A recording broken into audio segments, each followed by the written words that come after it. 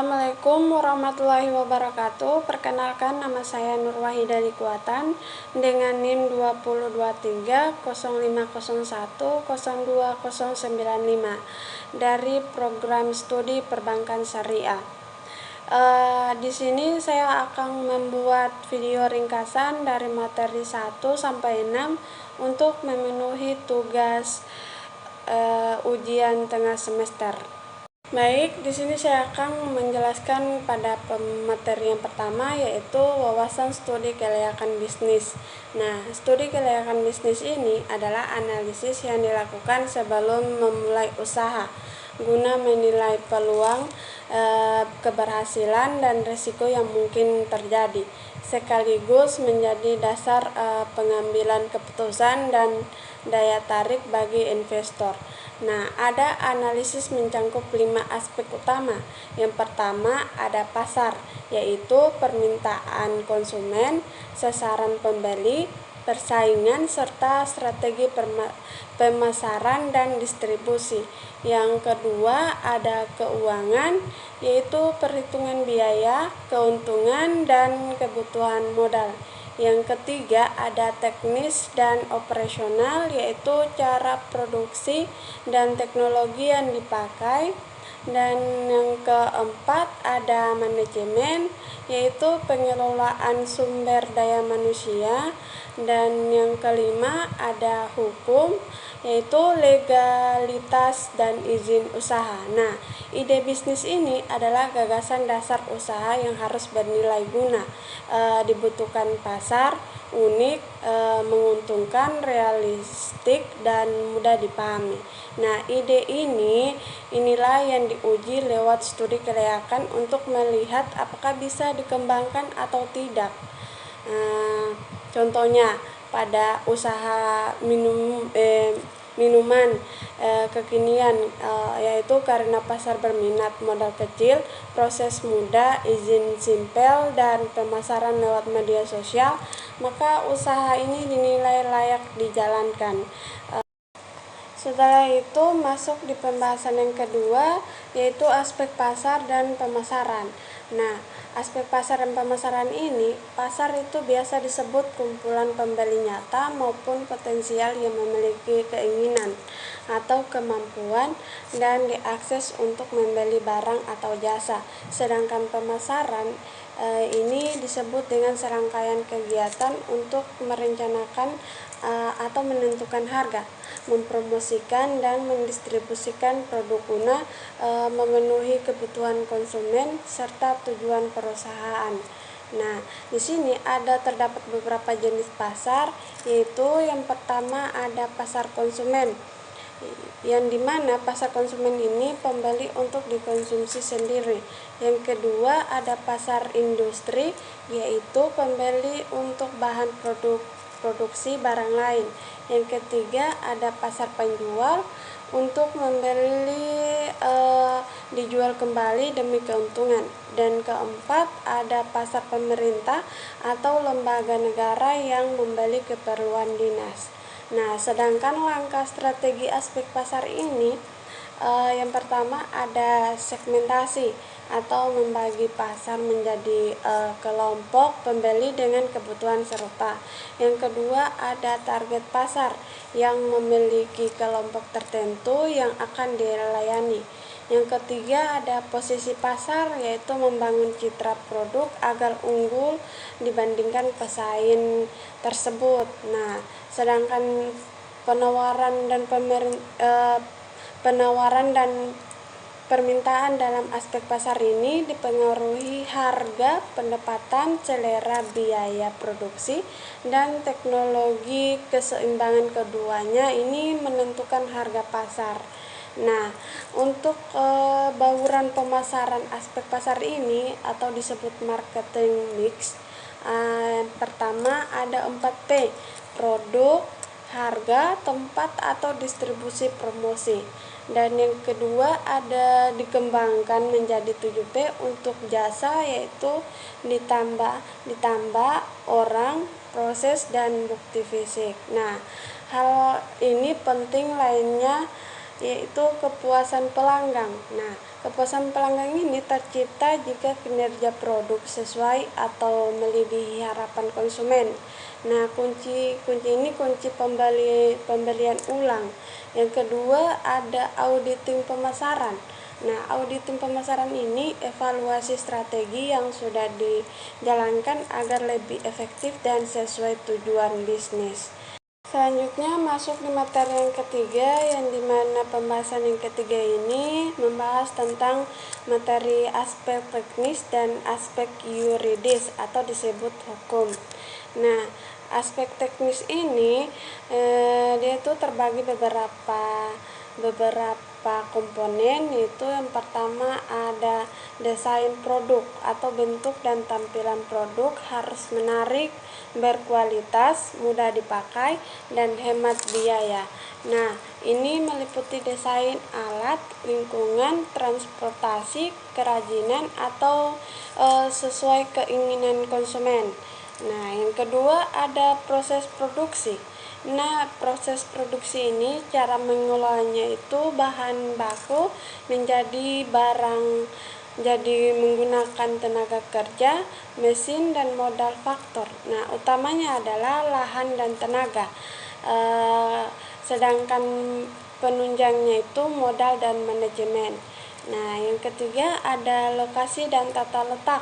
Nah, lokasi dan tata letak ini dipilih berdasarkan kedekatan ke pasar, ketersediaan bahan baku, biaya tenaga kerja, dan fasilitas penunjang. Dan yang keempat itu ada alat dan teknologi.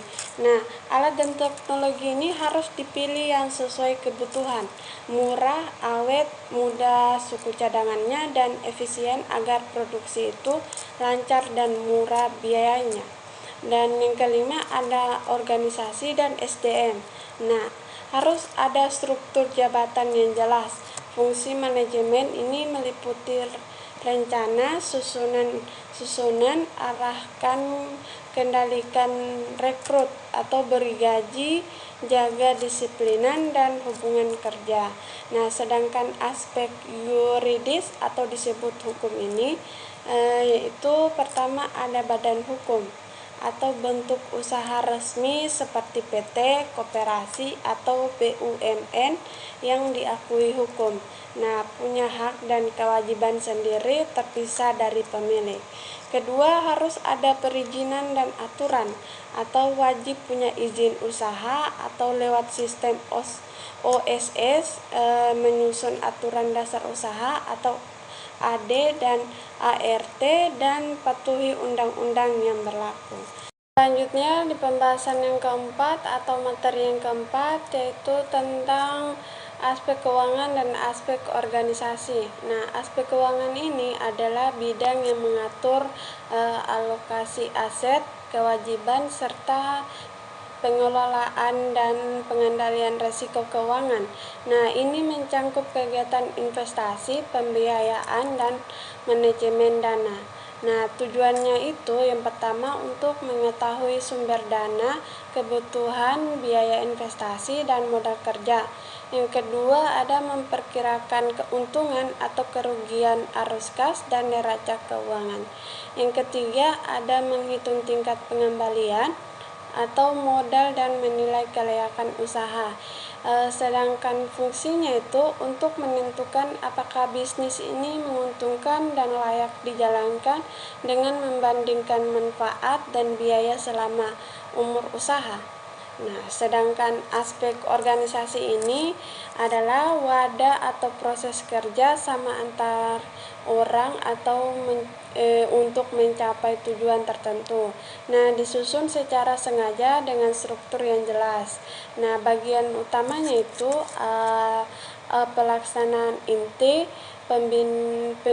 pimpinan puncak, manajer penghubung, atau analisis standar dan staf pendukung. Nah, sedangkan bentuk organisasinya itu ada berdasarkan pimpinan atau satu orang, perusahaan perorangan, atau dewan atau kelompok. Nah, disebut PT Firman. Sedangkan berdasarkan wewenang ini lini tanggung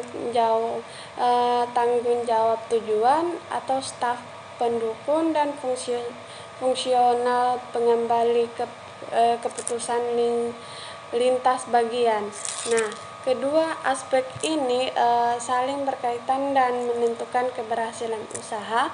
Keuangan mengatur dana agar operasional efisien ini dan menguntungkan, sedangkan organisasi ini mengatur struktur, tugas, dan wewenang agar kerja sama berjalan terarah dan mencapai tujuan bersama. Nah, itu berikutnya ada materi yang kelima atau materi tentang aspek sosial dan aspek ekonomi. Nah, aspek sosial ini adalah berkaitan dengan hubungan, interaksi budaya, pendidikan, kesehatan, dan tata kehidupan masyarakat. Sedangkan aspek ekonomi ini berkaitan dengan produksi, distribusi, dan penggunaan barang serta kekayaan berasal dari arti-arti aturan rumah tangga. Nah, kedua ini saling berkaitan dengan mempengaruhi kesejahteraan masyarakat. Nah, sedangkan dampak usahanya itu yang pertama ada positif atau menambah pendapatan masyarakat dan pemerintah, membuka lapangan kerja, pembangunan sarana jalan atau listrik, dan ekonomi wilayah tumbuh. Sedangkan negatifnya itu bisa terjadi perubahan budaya, adat istiadat, struktur sosial, dan pola hidup warga. Nah, hambatan di bidang ekonomi ini dipengaruhi kebijakan pemerintah, jumlah penduduk, pendapatan masyarakat, investasi, perkembangan industri, nilai tukar, kredit, anggaran negara, hingga perdagangan luar negeri. Sedangkan dukungannya itu pemerintah berupa kebijakan proteksi atau perlindungan dan subsidi, meliputi aturan perdagangan dalam dan luar negeri serta kebijakan produksi. Nah, faktor dan dampak lainnya itu yang pertama ada partisipasi. Nah, masyarakat dipengaruhi oleh mata pencaharian dan pendidikan, pendapatan, dan hubungan sosial. Yang kedua, usaha seperti pembangunan, perumahan, mengubah fungsi lahan, membuka pekerjaan baru, dan menghidupkan aktivitas ekonomi setempat. Selanjutnya pembahasan yang keenam atau materi terakhir yaitu tentang aspek lingkungan. Nah, aspek lingkungan ini adalah analisis dampak usaha terhadap alam, sosial, dan budaya sekitar yang kini menjadi syarat utama kelayakan bisnis. Nah, tujuannya itu untuk mengetahui potensi kerusakan, mematuhi aturan seperti Undang-Undang Nomor 32 Tahun 2009 dan mengurangi risiko hukum serta meningkatkan kepercayaan masyarakat. Nah, hal-hal ini yang dinilai meliputi kesesuaian lokasi, pengelolaan limbah, efisien sumber daya, pengendalian polusi, dan dampak sosial. Nah, alat utamanya itu adalah AMDAL untuk menilai dampak penting dan menyusun langkah penanganan. Nah, dampak ini usaha bisa berupa manfaat seperti lapangan kerja atau dampak buruk seperti pencemaran hingga perlu upaya pencegahan dan pemantauan intinya. Nah, pengelolaan lingkungan ini yang baik menjamin bisnis aman, berkelanjutan, dan bermanfaat bagi semua pihak atau sekitarnya. Baik, selanjutnya saya akan membahas ringkasan kesimpulan dari 6 materi tersebut atau pembahasan 6 materi tersebut, yaitu singkatan kesimpulan dari ke-6 materi ini. Pertama, studi kelayakan bisnis adalah analisis menyeluruh untuk menilai apakah suatu usaha layak dijalankan atau tidak. Dan kedua ada aspek pasar, atau memastikan ada permintaan dan strategi pemasaran yang tepat. Ketiga, ada aspek teknis dan hukum, menjamin proses produksi berjalan lancar, serta usaha memiliki izin dan landasan hukum yang sah. Keempat, ada aspek keuangan, mengukur ketersediaan dana, biaya, keuntungan, dan pengendalian modal agar usaha menguntungkan. Keempat,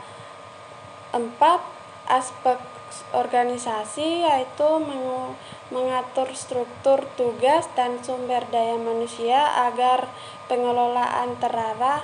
Dan yang kelima, ada aspek ekonomi, menilai dampak usaha terhadap kesejahteraan pendapatan dan kehidupan masyarakat sekitar. Dan terakhir, ada aspek lingkungan, yaitu memastikan kegiatan usaha tidak merusak alam, mematuhi peraturan, dan mendukung keberlanjutan. Nah, kesimpulan dari keenam aspek ini saling berkaitan dan harus dipatuhi agar usaha aman, menguntungkan, diterima masyarakat, serta berkelanjutan dalam jangka panjang.